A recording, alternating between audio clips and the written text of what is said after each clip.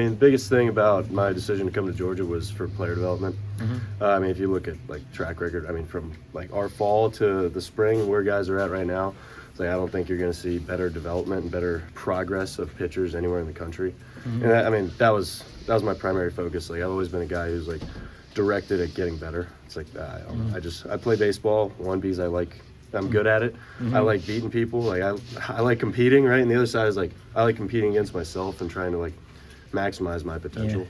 So that was the driving factor to come to Georgia. I was going to ask you about that competition part. I've heard people say that about you. You're a pretty driven guy when you're on the mound. You're pretty much wear your emotion on, just leave there. Yeah, it's like, just a little bit. Kind of where that come from? And how does that kind of make you a better pitcher? So to be like, I think I don't know how I feel about me being emotional, like wear my emotions on my sleeve, but I think I do a good job isolating competition. Okay. Whereas like when I'm in competition, it's different than how I am everywhere else. It's like it's my job, right? It's like baseball, like it's like I view it as a job, right? It's like that's my 9 to 5. It's like I know exactly what I need to do, and like people get emotional, like striking people out, big situations. Like I'm not really that guy unless it's like a situation that's a little different. Where it's like, all right, let's get the guys riled up. It's like if I show emotion, it's to get the team fired up, but it's not for me. It's like if I punch out the sides, like that's my job. It's like that's what I do. Like I'll talk to guys. It's like we're trying to like build confidence, right? It's like if you're like struggling in the box, it's like, and you hit a home run, right, and you're flipping bats, like it's like yeah, good for you, but it's like it's internal, right? It's like that's who you are. It's like every time you step up to the plate, every time I walk up to the mound, so you have to believe that that's who you are. So it's like that the confidence piece is like it's like yeah, if I punch out the side, it's like yeah, that's what I do. That's who I am. I'm Brian Curley, right? It's like I was talking to Slade Alford the other day. It's like hey, you hit a home run, right? It's like if you're struggling, you hit a home run. It's like yeah, you're Slade Alford, man. That's what you do,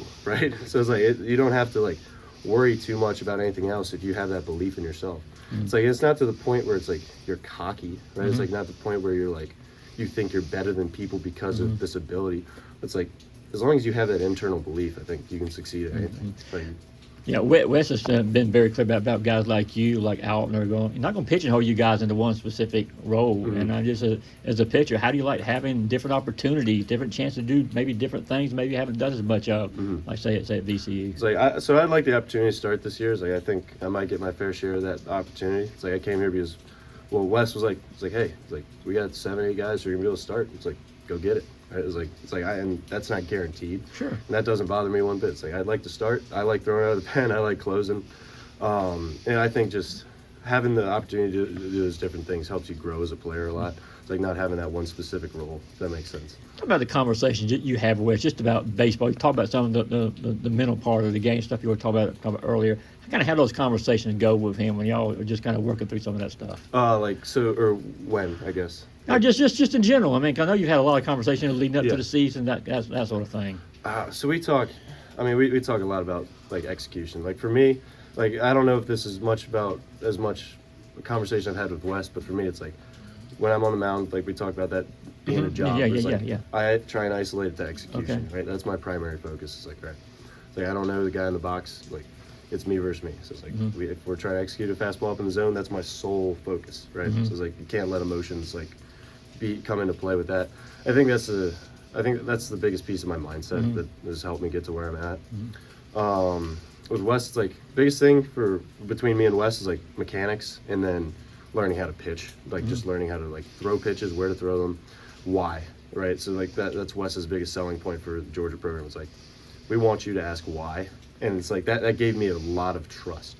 Like people who are like willing to be questioned, like in a respectful manner, but like people who are open to questions. I think those are people that you have the most opportunity to learn from. You said player development was like one of the main reasons you came over here. What do you think helps set Georgia baseball and Wes apart to be able to bring these guys in and elevate their game?